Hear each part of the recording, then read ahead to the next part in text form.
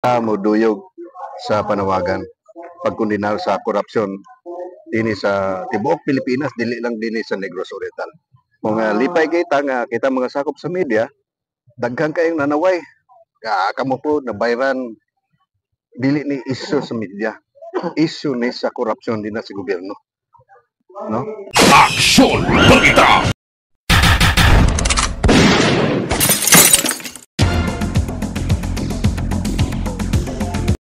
Your statement, Mr. please. President, Okay, kining adlaw karon ika 53 katuig nga kasumaran sa pagdeklara sa martial law.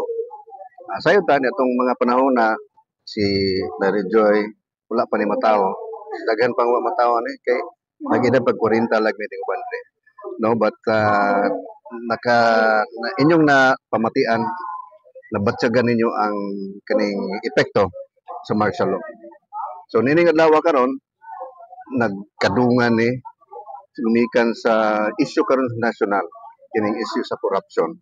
Kitang tanan sa mga sakop sa media, dili kita uyon supa kita ni atong gikondenar ning kining mga pangitabo karon. Ilabi na sa mga proyekto sa gobyerno.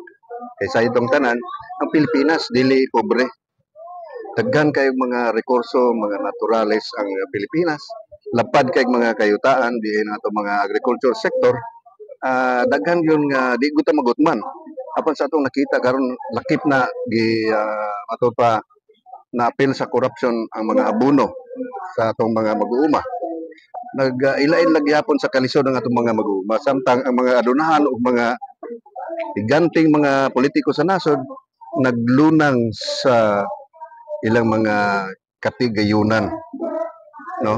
Samtang mga kabos misamot og kakabos. Mahinungdan nga karon adlaw in solidarity with the clamor sa katawang Pilipinhon.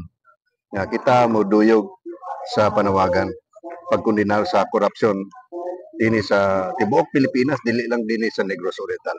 Mga lipay kita nga kita mga sakop sa media, daghan kayong nanaway. Kamo po nabayran dili ni isyu sa media. Isyu ni sa korupsyon din sa gobyerno. No? Aksyon Balita! Walay pugong-pugong mubulgar sa kamatuuran sa kanginan.